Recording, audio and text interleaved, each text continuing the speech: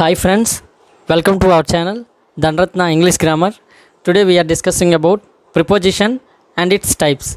Firstly, preposition. ముందుగా preposition అంటే ఏమో చూద్దాం. Preposition is a word which is used to connect the different nouns, pronouns and phrases in a sentence. Preposition అనేది ఒక word. అది ఎలా యూజ్ అవుతుంది?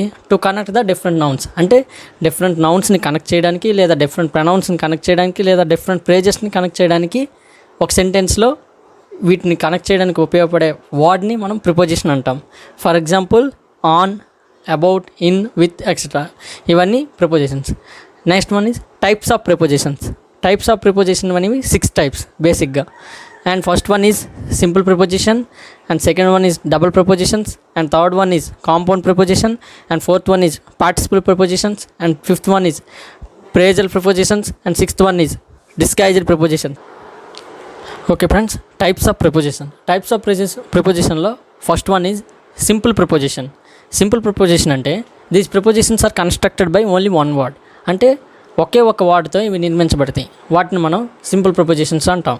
ఫర్ ఎగ్జాంపుల్ ఆన్ అనేది ఒక వర్డ్, విత్ అనేది ఒక వర్డ్, ఇన్ ఎక్సెట్రా, ఇలాంటి వాటిని అన్నింటినీ మనం సింపుల్ ప్రిపోజిషన్స్ అంటాం. For example he found the book in the bedroom. అతను బుక్ని బెడ్రూమ్లో చూశాడు. సో ఈ విధంగా ఇన్ అనేది ఓన్లీ వన్ వర్డ్. సో ఇలాంటి ప్రిపోజిషన్స్ మనం సింపుల్ ప్రిపోజిషన్స్ అంటాం. And second one is double preposition. పేరులోనే ఉంది, డబుల్ అంటే రెండు. These prepositions are formed by the combining 2 words or 2 simple prepositions. Prepositions ఏవైతే 2 words అంటే 2 పదాలు లేదా 2 సింపుల్ ప్రిపోజిషన్, ఎలాంటి సింపుల్ ప్రిపోజిషన్ 2 కలిపేసి మనం వాటిని డబుల్ ప్రిపోజిషన్ అంటాం. For example in to, with in, upon, on to etcetera. ఇక్కడ మనం గమనించినట్లయితే విత్ అనేది ఒక సింపుల్ ప్రిపోజిషన్, ఇన్ అనేది ఒక సింపుల్ ప్రిపోజిషన్. ఈ రెండు కలిసి విత్ ఇన్, ఈ రెండు కలిసి ఒక ప్రిపోజిషన్గా ఫామ్ అయ్యాయి. వీటిని మనం డబుల్ ప్రిపోజిషన్ అంటాం. And for example the dog jumped on to the bed మీదకి డాగ్ ఎగిరింది. సో ఈ విధంగా ఆన్ అనేది ఒక ప్రిపోజిషన్, టు అనేది. సో ఈ విధంగా 2 wordsని కలిపి ఒక ప్రిపోజిషన్గా మనం చెప్పుకుంటే వాటిని డబుల్ ప్రిపోజిషన్ అంటాం. Okay friends, third one is compound preposition. Compound preposition అనేది these prepositions are 2 word prepositions. అంటే 2 words ఉంటాయి. ఫర్ ఎగ్జాంపుల్ డ్యూ అనేది ఒక వర్డ్, టు అనేది ఒక వర్డ్, అలా.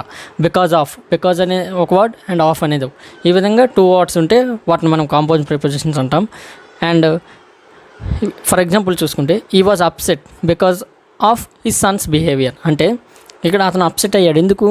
అతని సన్ బిహేవియర్ వల్ల. సో ఇక్కడ బికాజ్ ఆఫ్ అనేది ప్రిపోజిషన్గా యాక్ట్ అవుతుంది. మనకి ఒక డౌట్ రావచ్చు, డబుల్ ప్రపోజిషన్కి కాంపౌండ్ ప్రపోజిషన్కి తేడా ఏంటంటే, ఇప్పుడు ఫర్ ఎగ్జాంపుల్ డబుల్ ప్రపోజిషన్ చూసుకుంటే ఆన్ టు, ఇన్ టు అలా ఉంటాయి. ఆన్ టు, ఇన్ టు అవి డబుల్ ప్రపోజిషన్స్. సో ఈ ఇన్ టు అనేది మనం విడదీయలేము, ఆన్ టు కూడా విడదీయలేము. ఇక్కడ డ్యూ టు అనేది కలిపి రాయలేము. సో ఇది తేడా. ఇక్కడ 2 words ఉంటాయి, అక్కడ కాంపౌండ్ ప్రపోజిషన్లో 2 words ఉంటాయి. బట్ ఇవనేవి విడదీయలేము.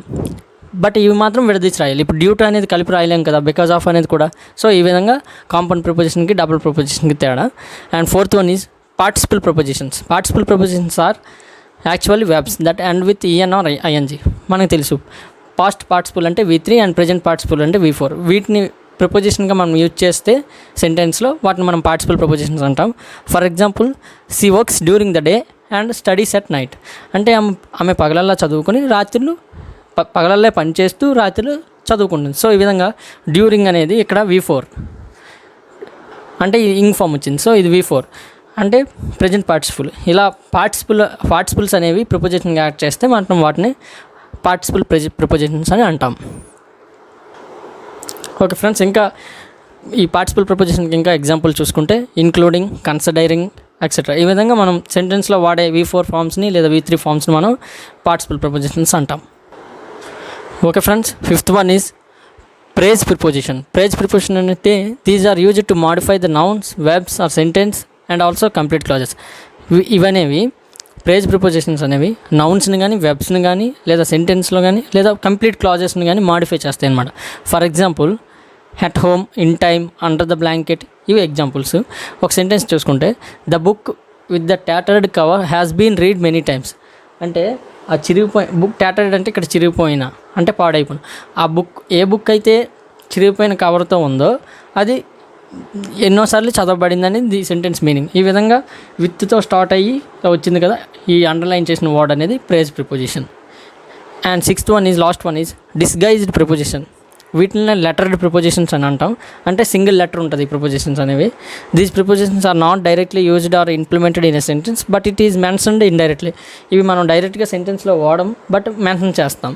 ఫర్ ఎగ్జాంపుల్ 5 o'clock, ఇక్కడ ఓ అనేది ఆఫ్ అనేది ఓగా రాస్తాం. 5 o'clock అని మనం చదవడానికి పోగదు కాబట్టి ఈ అపోస్ట్రఫీ మార్క్ పెట్టి 5 o'clock అంటాం. సో ఈ ఓ అనేది ఇక్కడ disguised preposition.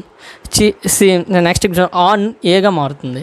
C plays chess once on a week అనే అనం కాబట్టి so she plays chess once a week. ఆ ఏ అనేది అక్కడ ప్రిపోజిషన్గా, ఏ అనేది లెటర్ కదా, ఓ అనేది కూడా ఒక లెటర్ కదా, సో అందుకే వీటిని లెటర్ ప్రిపోజిషన్ అని కూడా అంటాం. ఇది last preposition. In my next video, అంటే నెక్స్ట్ వీడియోలో వీటి మీద 10 MCQ క్వశ్చన్స్ పోస్ట్ చేస్తాను.